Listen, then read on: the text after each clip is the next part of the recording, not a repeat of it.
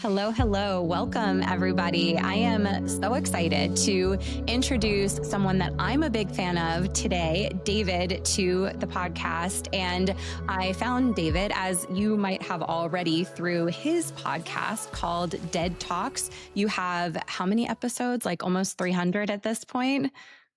Yeah, I think today is my 233rd. So amazing. I look forward to getting there. My last podcast had almost 200 and here we go again.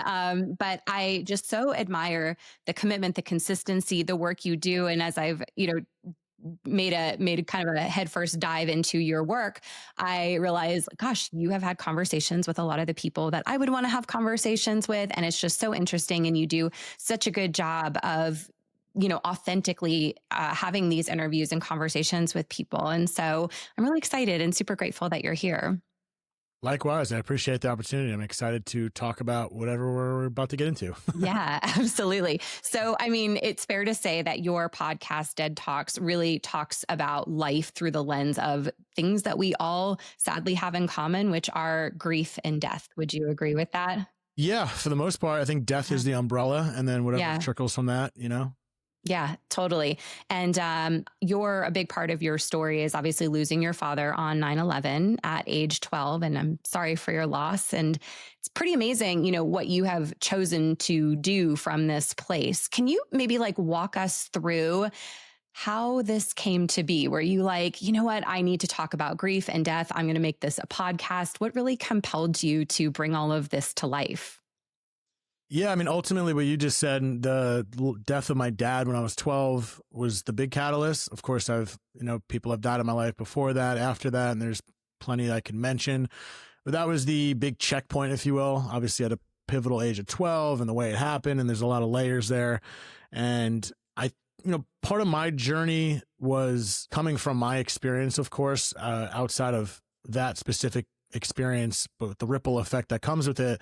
I was very internalized. I think I still am in many ways, but maybe definitely not as much. And my mother would always hope that I would be more expressive during that time and as I got older. And I believe I did. I don't know what clicked. My mom, actually, the episode I dropped today, my mom mentioned it was something along the lines of her not trying to catch everything from us, meaning like she was always there to try. She wanted us safe. She's a very loving mother, Italian background, so very strong. And she would try to catch everything for us as she explained it. So instead of trying to protect us so much, she kind of at some point maybe gave us a little bit more of a window to express without trying to fill in the blanks for us, if that makes sense. Mm-hmm. I wasn't aware of this. This is something that she presented to me. I was like, yeah, I guess maybe do that. I don't know. You're telling me. So my point of that saying is there was some point of being more comfortable expressing myself, talking about it, facing what we went through. And parlayed with that, it was just understanding that there are other people around the world that experience this every single day. And I constantly got the attention, even every anniversary. I always get those text messages. Everyone knows my dad died on September 11th. So I'd constantly be berated with this attention from people. And I'm very grateful for it. But it also made me look at the other side of the coin. I was like, oh, there's so many other people that didn't die on September 11th, that died on a normal Tuesday and don't get that acknowledgement. Not that the acknowledgement is the pinnacle of healing or going through grief, but that look and that support system is a big deal. So to me, it was kind of a whole smorgasbord of my experience, realizing I was internalized the importance of talking about it, wanting to shed the light on other people's stories and just create a conversation. Like I'll talk to virtually anyone for the most part, regardless of what I believe, because I think it is important to share different perspectives, different beliefs, with the understanding that you don't have to agree with what everyone's saying. So it's kind of just shedding the light on conversation, storytelling, and take everything you want with a grain of salt around this conversation of death. Yeah, I love that. And I think you do a beautiful job of presenting a really wide spectrum of conversations as well. And, as you know, this podcast is called Spirituality for Skeptics. So is it okay if we kind of dive into that angle and that lens a little bit? Yeah, dive, cannonball, belly flop, whatever you want. Okay, perfect. So, from just listening to you, get the impression that you and I are very much alike, meaning that we are open-minded, we're curious, we're not really attached to any particular belief system. And I'll speak for myself in that I would say I'm more of a believer than a skeptic. I don't know, maybe like 80-20, but does that kind of feel similar to where you stand? Yeah, I would say so. I think my logical brain definitely overlaps at least a little bit, but it's over this time, this life of mine and these conversations I've having, it's definitely the pendulum's definitely getting heavier on less skeptic. I just kind of, even if I believe something wholeheartedly, it's still like 99.9% for me because I'm just leaving that window of I have no idea kind of thing, you know? Yeah. And I think that word attached is a big thing. I'm not attached to anything. I resonate with certain things. I may believe something today, and then if I have a certain experience or open a different door from someone else's experience that resonates with me, and I critically think about it, not even critically think, just think on my own about it, I'll sway. And I have no problem saying, oh yeah, I thought I believed that yesterday, but you know, it's not a, it doesn't have to be this strong conviction because you believe something. Maybe there's certain aspects of our life, sure, like, you know, certain foundational aspects of life, compassion, this, that. Yeah, I'm not going to sway on those. But when it comes to this ficality, I don't know if that's a word, in regards to just what's going to happen when we die. Yeah, I definitely have my belief system that's similar to yours, but I leave a little bit of a door open. Yeah, I love that. So, how were you maybe raised? Like, were you raised religiously, or what type of background or framework do you have? Yeah, I come from a Catholic background. You know, I did the whole baptism all the way to confirmation. I went to CCD, which we were taught the Bible and all that stuff. I just never really took it seriously. No one ever forced it down my throat. You know, we went to church once in a while. It wasn't every single Sunday. I had an immigrant Italian mother who always had the rosary on her and would pray and very religious. But again, it was never force fed to me. Hmm. I mean, I guess I was forced to go through the confirmation and all that. But again, I never really thought about it like I did today. Not only because I was just young, but I was never. I was like, oh, this is interesting. Okay, be good, you go to heaven. You're bad, you go to hell. All right. I never thought about it beyond that or got scared of it or anything like that. But I definitely have a Christian Catholic upbringing, if you will. Yeah. And how has that, I guess, adapted or evolved as you've gotten older, maybe even prior to stepping into the work that you do now? I mean, I question everything for the most part, even things I do and believe. I question everything. And the more the masses go towards one direction, I'm like, let me just take a peek over there and see what the other quote unquote crazy people are saying, because maybe there's something to that. But I definitely didn't make sense to me. I thought it was all just, I mean, now looking back, I guess I haven't thought about my upbringing and how I received it, but it seemed like a fairy tale in my head. Not that I didn't believe it, but I was like, oh, they're telling these stories. There's some wild stuff happening, maybe kind of thing. I don't know. I just never studied it or contemplated deep enough to really have a finite answer. I just kind of Hmm. observed it. But yeah, it just definitely evolved into way more questioning and just not being, and maybe even more. Yeah, sure. I can take stuff from Catholicism and Christianity and the Bible. That makes sense. That's, yeah, sure. Maybe this, maybe that. But then there's just so much more that I think it's all like one big puzzle where I'm not saying one is wrong or right. Maybe certain aspects can be quote unquote wrong or right from my objective mind, sure. But at the same time, I'm kind of putting this like eclectic puzzle together and feeling like, oh, I feel like there's, yeah, maybe one original truth or one origin, if you will, but it's Hmm. all got kind of trickled down in just so many different sectors.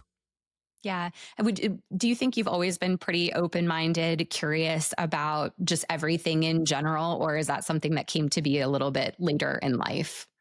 I think I've been a relatively curious person my entire life, but it's definitely, I've gotten more curious the more I've learned, because the Hmm. more I've learned and the more knowledge I become aware of, it's contradictory, but it's the more that comes in, I realize, oh, the less I know. Literally, it's a ripple effect of the two. It's like I learned so much this year, but then at the end of the year, if I were to audit everything I learned, I'm like, oh my God, okay, I know nothing. Because the more you open your eyes to, there's just so much more. So you realize the infinite amount of knowledge and possibilities out there. It's just, it's you're never going to know everything, obviously. But I also think when it comes to this conversation, when obviously like the spirituality, the religion, and science come together, and people need facts, this, that, and the other.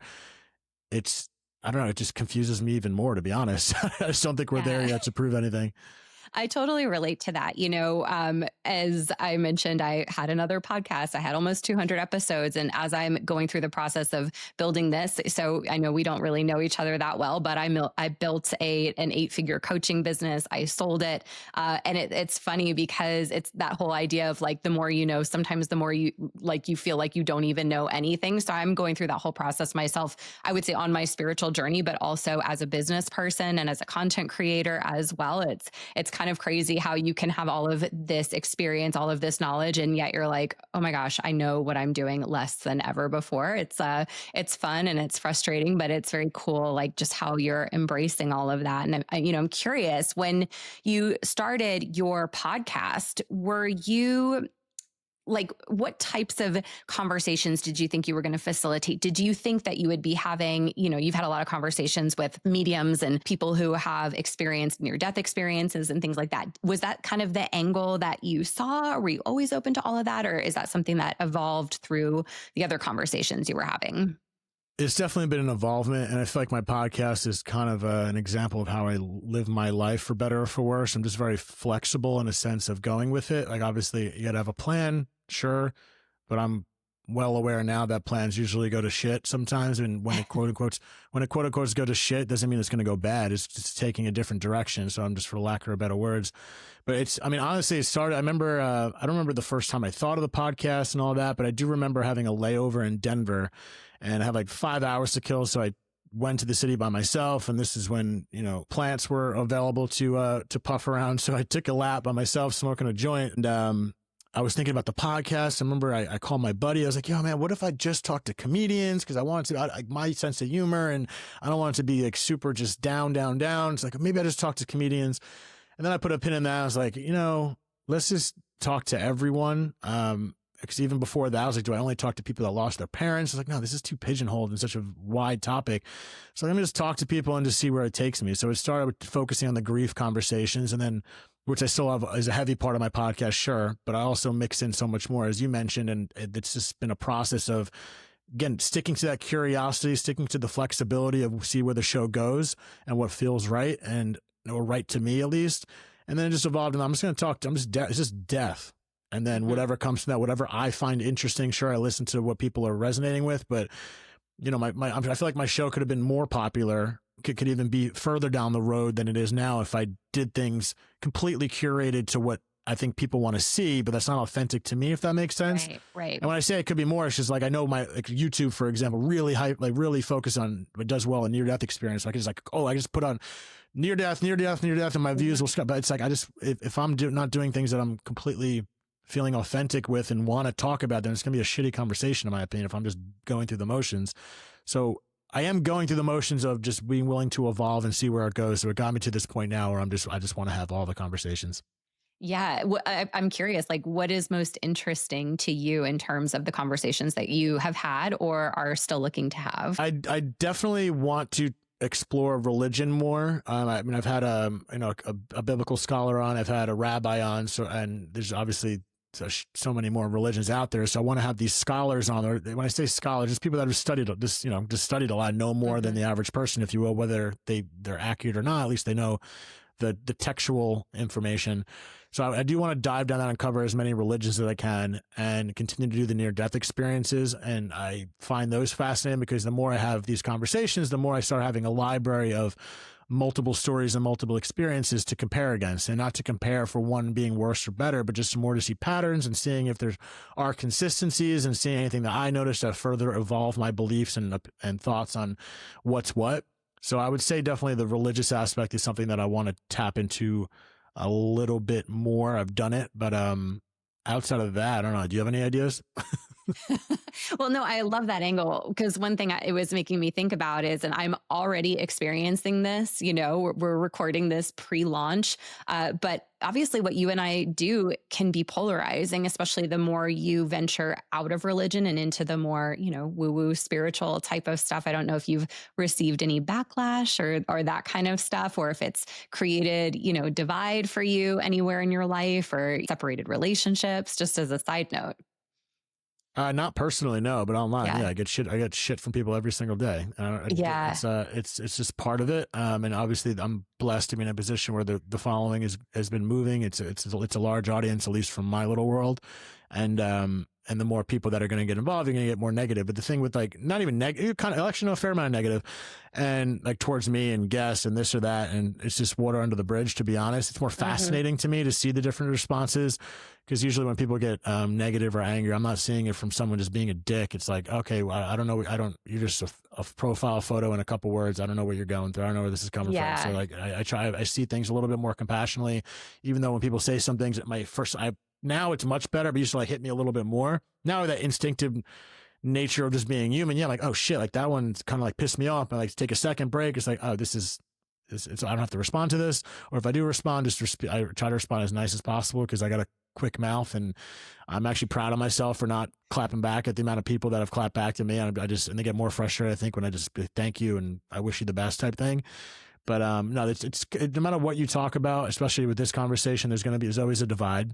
Yeah. And it's not taking the force to bridge that divide, but my goal, I'm not forcing anyone to believe this or that. You can comment whatever you want. You're fair game. But at the same time, I just want people to, hopefully when I do things, when I say things, I'm doing it way more behind the lines than people think, with layers to my attention of how I'm saying things sometimes, just to get people thinking. That's it. I just want people to consider.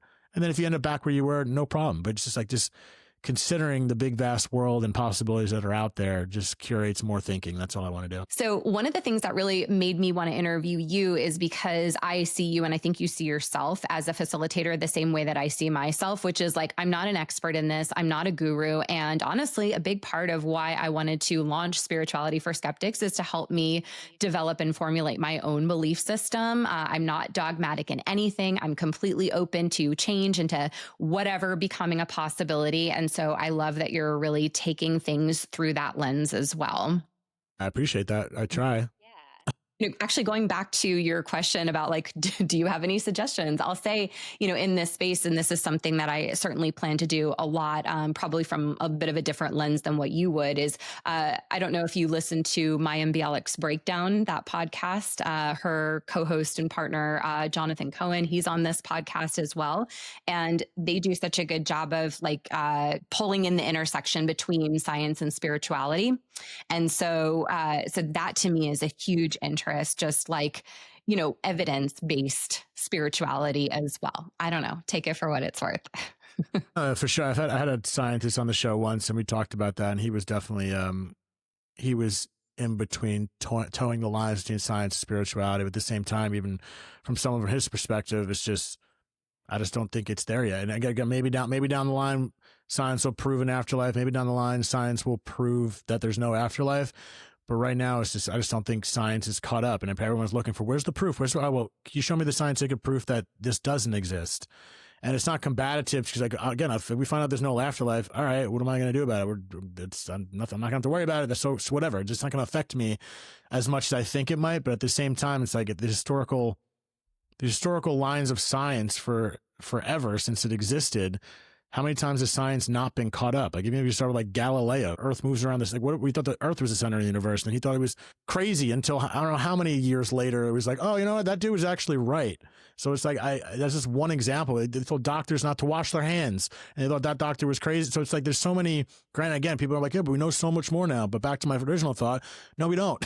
Like, we know so much more, but we still don't know enough. So it's like this, if people need that scientific proof, then, that's cool. That's fine. Totally cool. But sometimes you got to have a little bit of faith. And if it feels good or resonates, then I don't know what to tell you. Yeah. And I think even for people who are asking for proof, if there's not like a real openness to whatever possibility comes through, if you're only looking for proof to confirm what you already believe, that's also not going to be particularly helpful. And I feel like I kind of see and hear that a lot as well. But, one thing I really enjoy about your podcast and the way that you interview people, number one, I love just how kind of chill and casual it is. And I enjoy listening to you interview spiritual practitioners, like mediums and whatnot, because you tend to ask the questions that I would want answers to. Because I'm someone who, I guess doesn't trust in necessarily myself and my intuition all the time. It's like I can in hindsight because I created this massive business and I've had a lot of success and stuff. But like sometimes I don't know, I have a hard time with all of that. I don't feel like I have the intuitive gifts. I don't feel like I understand, the purpose of the soul and the human experience. Again, a big reason why I decided to create this. And so when I ask questions and when you ask questions, it's all again through like that lens of openness. But a lot of the people that you interview, whether it's mediums, again, that kind of thing, everyone is always pretty certain in their beliefs, but often those beliefs contradict each other. And I feel like I've even heard that between interviews on your podcast. So I'm just curious, when you have, these conversations and you maybe feel like there's a conflict between one person and another, what do you make of it? Or like, how do you reconcile that within your own belief system? I reconcile it by not reconciling it. Okay. I just kind of take the information like, okay, what am I supposed to do? It's like, Yeah. I Yeah. think there was one medium that said something along the lines of when I asked about reincarnation, I was saying, okay, so say hypothetically my father reincarnated and he's here on this earth. How does that work? Can I still connect with him? And hopefully I'm not butchering what she was saying, but it was something along the lines of, if they're reincarnated, there's no connection there or something like that. But then I heard another medium say, even if they reincarnated, there's still a part of us attached to our higher self up there. So yes, you can connect with them on the other side. So that was a pretty vast difference in regards to what's what. And I'm like, okay, then my logical brain goes down this whole rabbit hole, even though I said I'm not reconciling, I'm just thinking about it. So either one's just lying or one is bullshitting, one's this stuff. Of course, there's that possibility. I can hire a bad accountant. I don't know what to tell you. There's scam everywhere. Just because someone's a medium doesn't mean everyone's a scammer. Regardless, there's that thought process. But then it's like, you know what? These mediums are all getting information from who knows what different sources, from source or whatever it's coming from. And they're all kind of like have to analyze. A lot of it is symbolic. A lot of them is interpretation and trying to understand what you're saying. So if you ever do a session, they're asking like, does that ring a bell? Like, what does K stand? Like, is K this, K that? And some things are clearer than others. Some are maybe better than others or more in tune. So I just wonder if there's some of them are just getting pieces of a massive pie. Like I'm sure some of them may know more than others, assuming you believe in it. But at the same time, maybe they haven't seen everything and they're only using the information they have now. And 5 years from now, they're going to get more, they get better at it, and they're going to learn more. So I just take it as maybe they're getting pieces of information and certain avenues are more clear than others. So when there are contradictions, of course, the rabbit hole of just logically questioning the whole process, or maybe they're just getting pieces of it and still learning on their journey too. Because just because you're a medium, it doesn't mean you're not improving and getting better and learning more, just like anything else we do. And I kind of reconcile it the same way, right? It's like, yeah, and yes, there are people who are dishonest and things like that. But I think for the most part, I agree. It's through the interpretive lens, because I've worked with an intuitive. She doesn't necessarily, I don't think she would consider herself necessarily a medium, but for many years. But the way that she receives and interprets information is very different from, working with her guides and her cards versus, other people communicating, with those who have passed and things like that. And, I always think with this kind of stuff too, you just have to come to a point of acceptance around the fact there are going to be things that we can't understand and that there are things that even if they were explained to us wouldn't make sense in our logical human minds. So I don't know if you've come to that point for yourself as well. Yeah, for sure. I mean, that's a big part of it. It's like, I think if the way I see things and me personally, leaning and believing that there's just more after this, whatever that means. And if we are able to consciously think, I don't think it's the same conscious we're thinking now. We're thinking from a human brain, our human ego and emotions exactly as we see the world now. And over there in my head, it's like, I think that we're just going to look down like, oh, you silly little puppies. Like you have no idea. Like you should have listened to that hunch, whatever. It's just, yeah, I think there's a different level of comprehension where it just doesn't make sense. Like when I've been told, like even just the theory that, everyone goes to the same place, people get so pissed off. And so, because I understand that there's some really evil, horrible, horrific things that happen in the world constantly. And the human brain is like, yeah, how the heck would someone like that end up at the same place I am? But like, what if we just theorize, as I compared it to like a spiritual TSA, like when you go through the gates to get on a plane, they check your bags, making sure you're not bringing any contraband or bringing anything on the plane before you get on the flight and go where you got to go. So what if it's just like everything is perfect over there and it is this eternal love and that all that garbage and baggage that we take with us from this earth, even the horrible things, when you cross through that TSA spirituality realm, there's none of that there. Then how would you look at that same person if you found them in their purest form, even though they did those horrible things? It's like, maybe there's just more to doing the horrible things. I don't know. You know what I mean? So Totally. even stuff like that is, I can't comprehend that. Like, why would I want the people that killed my father to be on the same side as me? But maybe when I get there, it's going to make sense. I have no idea.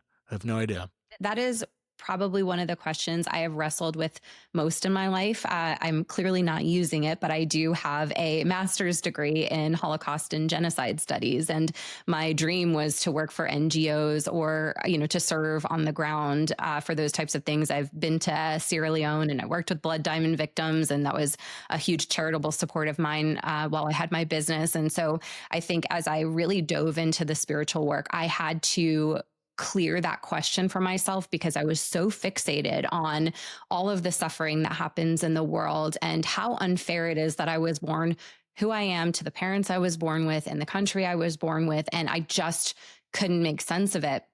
And it was actually when I started working with my spiritual guide and mentor, and actually integrating some psychedelic work into my own journey, that I really received the message that we all experience everything, right? That like our souls get to experience everything everywhere from every angle, as the victim, as the perpetrator. And that was really a big game changer for me, and just being able to kind of like what you're talking about, accept that reality as we know it today on this earth. If you had to try to comprehend the incomprehensible, and I asked you, and I said to you, if you had to have fun and believe it, I said, oh, everyone chose this life. And say we'd be there multiple. What would it make you feel different if? Yeah, like I think about that all the time. Like I was born into this life. Yeah, I have my own shit. We all do, but like I'm still grateful for the advantages that I have compared to a lot of other people. And I'm blessed to be in the position. But at the same time, what if you chose that suffering life? What if you think about all the horrible situations you explained? What if you chose to be one of those people? Would that change the way you perceive reality? You know what I mean? Like if we chose to be in those suffering positions? Yeah, I mean, that is actually what I believe. Have you read Many Lives, Many Masters by Brian Weiss? Yeah, the book's amazing. Yeah, that was a huge kind of turning point for me in my own belief system. And so I actually think for me, because I had really big blocks around deserving and making money. My business was really successful, but I really, really struggled with how unfair that was. And once I was able to say, okay, we choose this, right? Every soul experience is everything. I was able to, I won't say I'm 100%, because sometimes I just look at the things that I've even seen in my own journeys to Sierra Leone, to Cambodia, through concentration camps in Europe. Like I've seen those things, and it's really still at a human level hard to reconcile. But I think, I don't know, there's like a part of me that just feels and knows the truth to that. And that's what's allowed me to get past this thought that was really kind of haunting me every single day. I'm with you on that. I think it was Alan Watts that said something along the lines of, and again, hopefully I'm not butchering this for anyone listening, but it was something along the lines of reincarnation. It was like, imagine you lived thousands of lives, and the first few hundred or whatever you want to choose, you choose opulence and abundance and this perfect little life. And then after you finish each one, you've done it for 100 times. Like, okay, like what am I going to be wealthy and this or that, enjoy life? Let's like just try something else. The next life, you try something, and it was a little more risky. And then you get out, you die, you get through that life, like, oh, that was a close shave. Let's try it again. Let's keep pushing. It's that pushing and that pushing until eventually you end up with the exact life we have now, kind of thing, where it's you do like that was my understanding of just wanting to have these experiences that you can't have up there. Because I was like, okay, well, if it's so perfect up there, why the heck would we come down here? Then the whole question of learning and experiencing, because there is a difference. It's almost like this is an amusement park, and sometimes it's a horror nights, but it is like an amusement park to experience, and it's just like any. Like I don't mind a little danger in my life and pushing the limits and taking a risk. And it's hard to extrapolate those simple analogies to suffering in the worst ways imaginable, as you just explained with some of your studies. But maybe, you know what I mean? I'm just saying maybe. Like, what if it's just a world we just don't comprehend? And then when we do cross over, return back to wherever we were, in my opinion, it's like, it's going to make sense. And we're just not there yet to comprehend it. And I think what you kind of said, maybe subtly, it was, if this faith and this belief into the invisible and belief into the unknown, I think is just part of the journey. There's a reason why say all this is true. We have this amnesia. People are like, well, it's like, you remember when before you were born? Well, yeah, it's exactly like, well, okay, let's hypothetically think the opposite, where if there is something before you were born and we remembered it, how would we have a podcast right now? We wouldn't be able to look at you and have these conversations if I remembered everything. Yeah, Like that amnesia totally. to me makes sense. Like you have to forget in order to learn kind of thing. And I think that's how I feel we're all here. And it's just part of it, but we'll find out, I guess. At some point, we all will, right? And I think, it doesn't matter what I say I believe or like who I talk to or whatever. It's like, I don't know until I know. And none of us really do. And that's a bit hard to accept. But yeah, I mean, I'm 100% on the same page with you. And I have to choose to believe really everything that you just said. Otherwise, I mean, if there's no point to any of this and some are just lucky and some people, live to be tortured their whole lives, it just, I don't know, that makes less sense to me than everything that you just said. That's the crazy part is that makes less sense to me. This luck of the draw thing, one life. Oh, well, this happened because I don't know. And it's like, what? No, choosing it makes way more sense to me. Even though choosing a horrible life makes no sense, it makes more sense to me. Like, okay, maybe it isn't that luck of the draw. And people say, this isn't fair. That's not fair. I'm like, who the heck told us this is all supposed to be fair? And maybe it is fair because if we all chose our life and experienced everything, then there you go. Then that's the most Yeah. fair it could be. Totally, totally. I am 100% on the same page as you. So, I'm curious about like, so you have a lot of guests where you talk about afterlife mediumship, signs from loved ones or from the other side. Through the work that you've done on Dead Talks, how have your own beliefs about what happens after death shifted through having those conversations, if at all? It's more, I don't know if I guess it's shifted. It's just, I've just been exposed to so many more stories and experiences and ideologies that I didn't know about. I knew there was more out there, but I didn't dive into it like I am now. So right now I hear this story, hear that story. I was like, oh, that's different. Oh, that's kind of similar. Hmm. So again, it goes back to the same ideology of I know nothing, but also I can keep, it's in the seeking. It's in the finding. It's not even in finding. It's in the seeking. It's always in the seeking. Because even when you find something, you're like, is this it? Like, I just sometimes just keep going. It's always in the seeking and the journey. So like during this journey, it's just keep my eyes open to more possibilities. And I think that's the core word is this. I feel like so much is possible, and that has the cascades into everything we do in our life, beyond afterlife, beyond what happens when we die.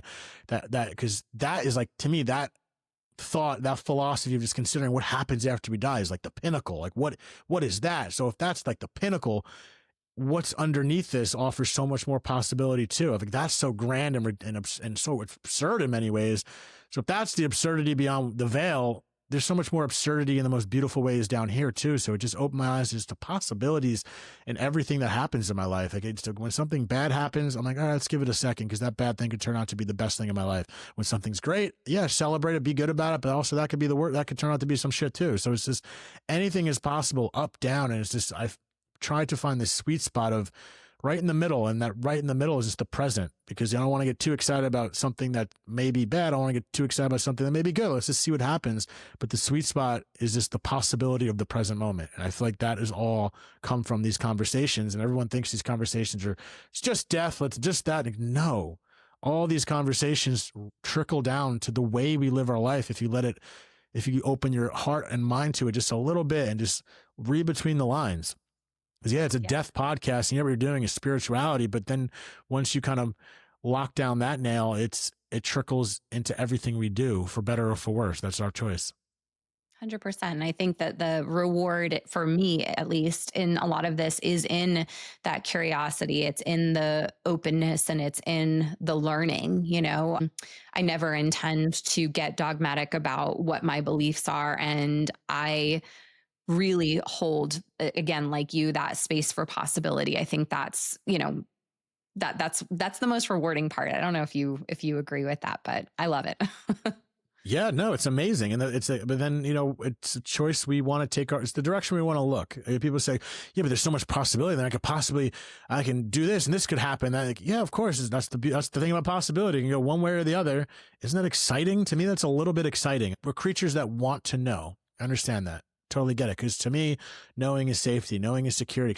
I know if I go into that room, that Billy Joel's gonna be playing. But what if I walk to that room and Skrillex is playing? I don't want to deal with that. Well, you bop your head a little bit and go to I don't know what I'm going to tell you. Like, life is ups and down. That's what it is.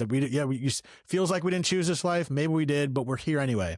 So let's just choose to look at the possibility that something can work out. Like, even this is going to be a very little example, very small example, but this is the point I'm trying to make. It might be, bear with me, whoever's listening. I went to 2 nights ago, I went to Horror Nights at Six Flags. And as soon as I got in there, I even texted my buddy. I was sat on the couch. He's like, hey, why don't you just come? Whatever. I was like, I don't want to. Like, fine, let's just go. So we go. And again, my head was like, I'm exhausted. Let's just make the best of it. Let's make the best of it. And even I text him, like, yo, you're going on a Saturday night right before Halloween. This is going to be hard. It's going to be like jam-packed sardines. We get there, bus to get to the entrance. And the whole time I'm like, oh my God, the lines are going to be fair. Like, you know what? So I just chose myself. Yeah, that could possibly happen. I'm talking to myself like a lunatic at this point. I had a little bit of an edible. Nevertheless, I would still do the same thing. And I was like, no, screw this. I put myself in a place like, let's just make some magic. You know, this somehow it's going to work. I don't know if I'm going to bump into the right person, whatever it may be. I'm thinking about the possibilities of something good happen. Sure, I can think of the possibilities I already conjured up, which was horrible lines. This is going to take forever to get this, that, and the other. And then for whatever reason, I wasn't even thinking about getting the flash pass. Yes, I did it on my own. But I was like sitting there, what are we doing? Like, we realized we didn't have the right pass. Like, let's just make the magic. So I just bought everyone. I'm in a position to pay the money. So it's not always a money situation, but I ended up buying the tickets and we ended up just skipping the lines and just made it happen. I'll deal with the money afterwards, whatever it was. But my point was I could have just focused on not doing that. And I feel like the simple switch of just focusing on the possibilities. If I was thinking about the negative and the lines, if I was in a negative state, I probably wouldn't have said screw it and just bought and spent the extra money on the tickets because I'm like so frustrated, if that makes any sense. But even like the littlest moments which we guide through life, just focusing on the possibility of what if something great happens. It's just like we're so focused on the survival aspect of, if I do this, that's going to happen because we're survival beings. We want to survive. So we're looking for the threat. What if we just look for the possibility that's positive? Like just flip it. And then more often than not, when you let go of how it's going to end out, because it's possible, it's not certain, it's a combination of that. To me, it's a combination of focus on the positive and letting go of the outcome at the same time. And that sweet spot is where the magic happens, when you find those, oh my God, this is working, this is working, this is working. And I just think it's all in the mindset and these conversations. Again, I'm going on a rant, open my mind to all this. No, I love that. I always think, and I've received, in meditation and things like that, that the outcomes aren't within our control, but the experience is, and it's our job to create the best experience for ourselves in any circumstance, which of course is easier said than done many times, but that's definitely my perspective. Yeah, everything. I mean, I literally posted the other day. I was like, what is easier done than said? Can you think of one thing that's easier said than either easier done than said? So I understand when people say that expression because I've said it. Then I started thinking, I'm like, yeah, okay, I get it. We're acknowledging it's difficult, but just because something's easier said than done doesn't mean you shouldn't go for it. Doesn't mean you shouldn't try it. Doesn't mean that's not the path. Because to me, that anything that's easier said than done, that is the path. The other side of something that's difficult is usually the answer. And it's like we have to go through that. It's much easier to stay where we are in wherever we are. Even if it's like shit, sad, murky mud, and you don't want to be there. It's still easier to stay there than trying to get out of that. And yes, it's easier said than done, but doesn't mean we can't be done.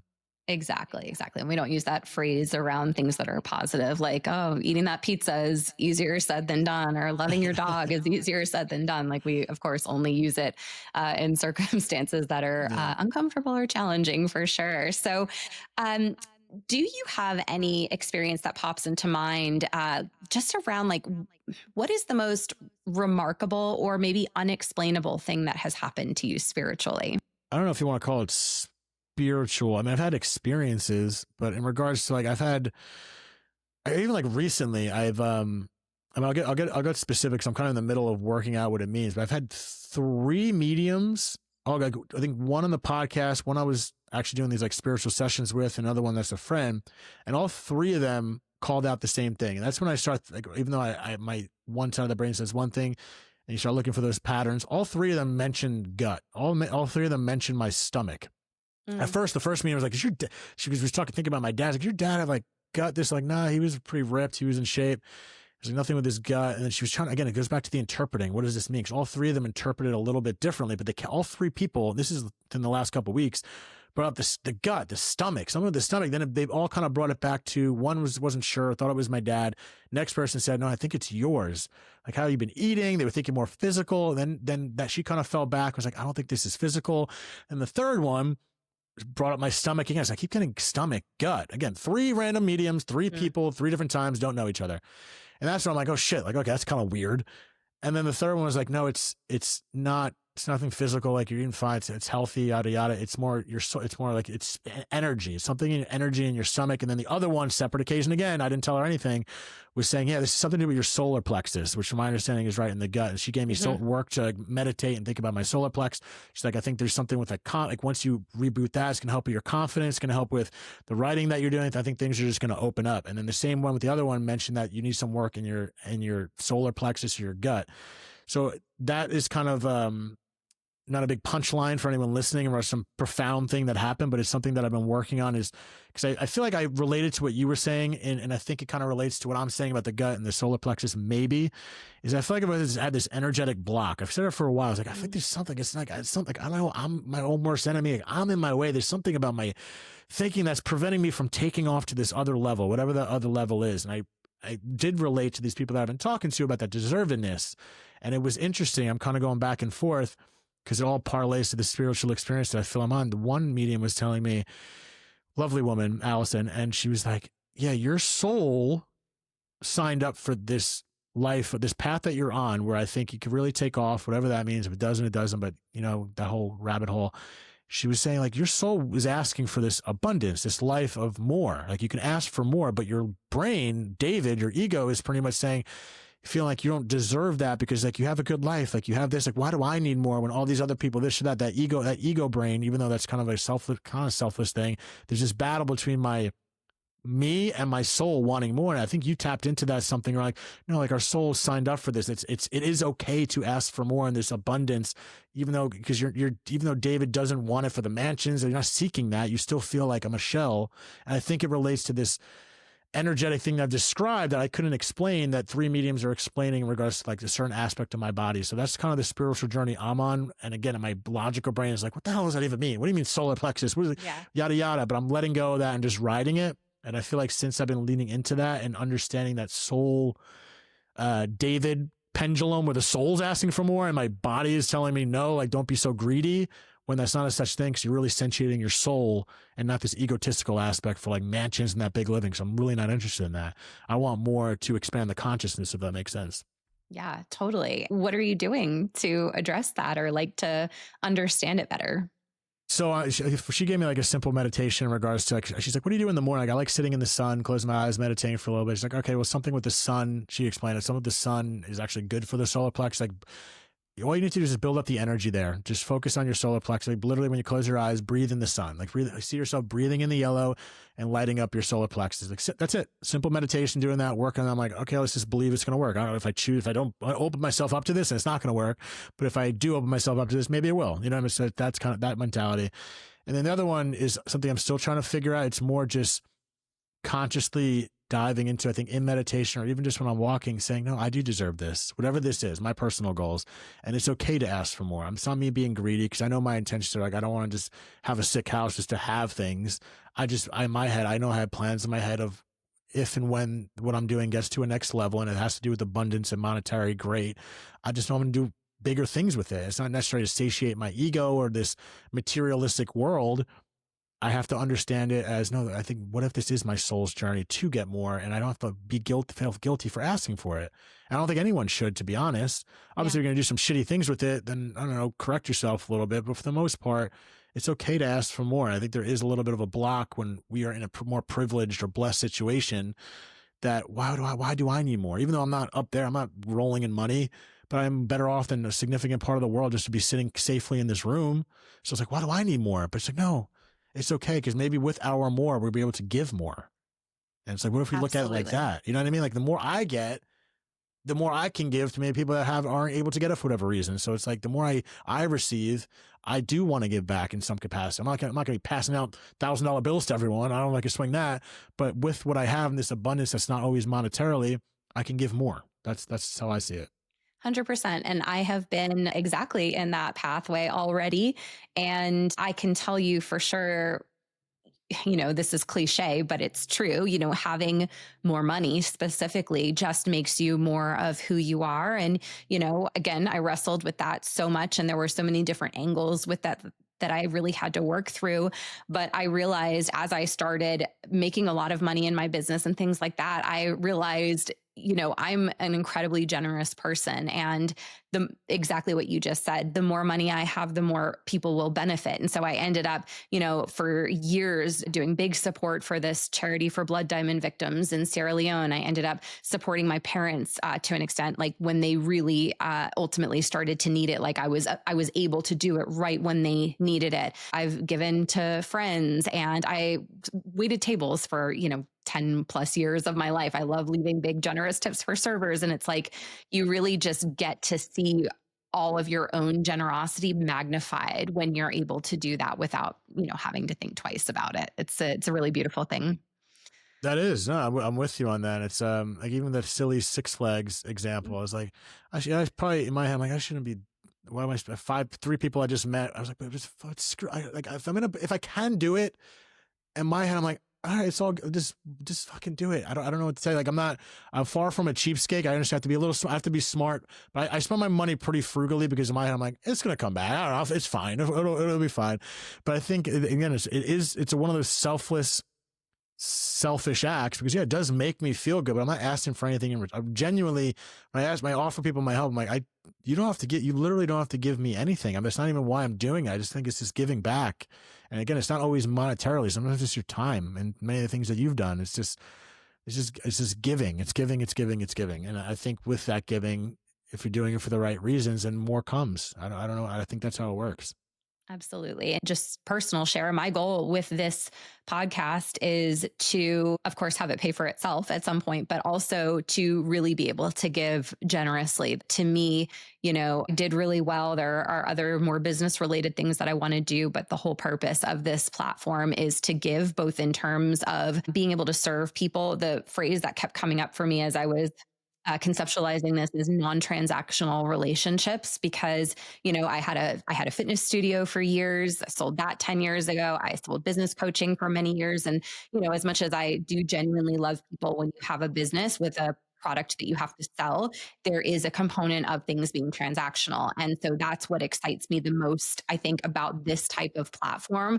But also, anything that does come from it is really meant to be put back into the world to do more good. So I'm excited about that, and it feels like we're pretty aligned in that mission. Yeah, no, I love that. I think it seems like when I talk to you, you feel, you seem curious, you seem excited, and I hope that continues when you're at your 250th episode as well, because it's important what you're doing. And again, same with what I'm doing. I'm not trying to gatekeep. Like in this community with like there's plenty, like the Good Morning podcast, the Grief Gang, like with Amber, all those girls, like we connected, we did each other's podcast. Everyone's helping each other, and it's like that. I think that's the beautiful world. I get so many messages from people, hey, I've been wanting to do a death podcast for so long, grief. I'm like, all right, well, just go do it. Like the world needs more. It needs more of these conversations. And I think that's it's not that lack mentality. It's like, I remember my old boss one time, I actually hung out with him yesterday. I mean, I haven't worked for him like 15 years. And, he said some more things like, dude, Dave, there's enough to go around. Even like with this, we were sold scarcity with this, that, and the other. There's enough to go around. Everyone can eat. Everyone's just like, if you continue to help each other, even if it's like 50 people in the same industry, there's enough to go around.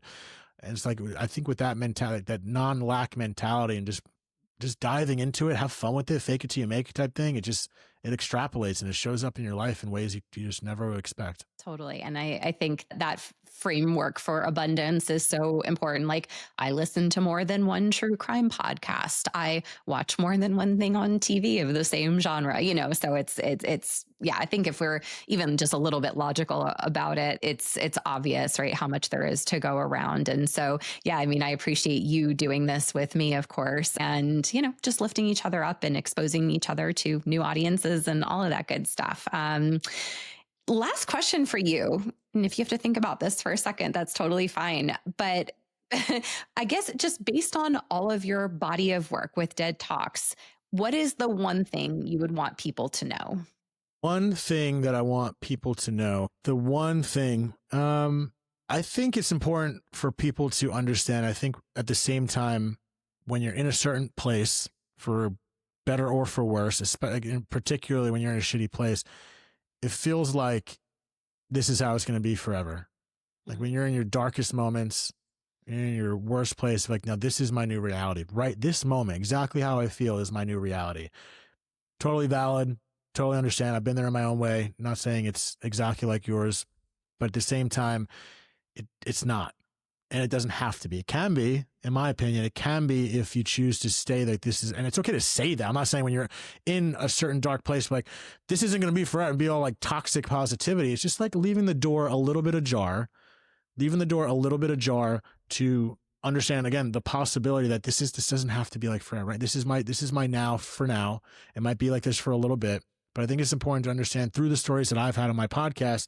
So many people have been there in their own way, and now it's showing a little time down the line of they're in a better place. And better doesn't mean that it's healed or it's fixed or it's the same. Like if I broke my hand, it was broken, it still hurts, but it's a lot better than it was. That's still better. So I think it's just important for people to understand that where they are right now doesn't have to be forever, and it may not be the same as it was before, but just understand that there is a little bit of a door ajar to get to a better place. It is possible, and you don't have to feel like that or believe that right now. Just like I say is, maybe I can get there one day, and then at some point that maybe will be I will be, or I can. It's just little steps to understand wherever you are right now, for better or for worse. You don't have to feel like this forever. I love that sentiment. And it makes me think about, I feel like I've gotten much better at this than I used to be as well. But when I was a business coach, I would tell my clients, like, build your library of evidence. Because when you're in those moments where things feel really hard and the sales aren't coming through and you're wondering how you're going to pay your bills this month, like, you have to be able to look back and be like, okay, here's where I've been here before and here's how I came through. And I do this all the time in my life right now. I had someone publicly attack me not very long ago, and I was really upset about it. I'm very sensitive. I know I have a good heart. I know I'm well intentioned. And I'm like, you know what?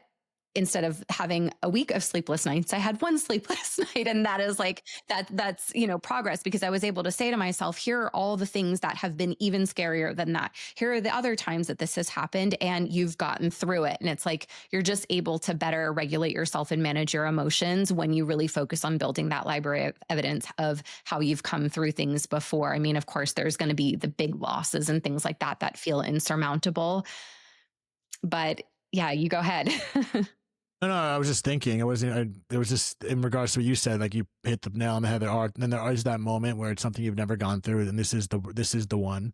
I mean, specifically, I've heard it multiple times. I've gotten shit. Like recently, I said, I don't want to take up too much of your time, but one thing I said recently was, let's not create two deaths. In a sense that when someone passes and someone dies, often it kind of feel like you die with them. So that is a second death, but there is a rebirth that can come with that. But all I'm saying is, we don't have to be so many people that are living dead today. There's like, there's no juice left in them. And I understand that. And I got a lot of kickback for saying that. Again, a lot of people gave me shit like, what does he know? He hasn't gone through anything without knowing any of my story and just assuming this or that. And the big one that comes up is child loss, which to me, again, if I don't put in like a hierarchy of death, this or that, because every experience is different. But if I had to pick one, it's like child loss is I don't know what's worse than that. Like that's like the most difficult one to persevere through, to endure through. And it's something that I can't personally relate to. When I say these things, it's not to be like, oh, every situation is this, that, and the other. But again, it's a gentle subject with that specific topic. But I've spoken to so many people that, again, have gone through the light, have lived in their child's honor. And I'm not preaching from a place of specific child loss. I'm just saying when that big one hits like that one could feel like it's never going to be the same. And it's not. So there are certain ones that's never going to be the same, but that dark place still doesn't have to be there. And again, I know, and then that pisses people off because I have not lost a child. I've only spoken to people and know people that have. But even in the darkest moments, my point is there is still light to be found, even if it's never going to be the same. I'm not saying it's going to be the same. Yeah, I agree with you. And I think, there's space for both, right? There's space for feeling everything you feel as long as you need to feel it, and space for saying, okay, like I want to frame how I'm going to have this experience as well, which often I think can't happen until there's a little bit of space or hindsight. But yeah, I've witnessed that as well. I mean, even in you, right? You were young when you lost your dad, but I'm sure it's something you still think about and experience in some way every single day. And just commend you for all the good that you've chosen to create from it. So it's been such a pleasure talking to you. You're super interesting. I'm glad, that I got to hear your story. And I know you share like little snippets of your story on your podcast, but I think for people who listen to you regularly, this will be really fun to get to know you in a whole new way. So it's much appreciated. I enjoyed every moment, and just thank you so much for being here. Yeah, I appreciate it. Congratulations on the show. Only good things are going to come. And if there's anything I could ever do for you, just let me know. No quid pro quo, promise. Thank you. Much appreciated.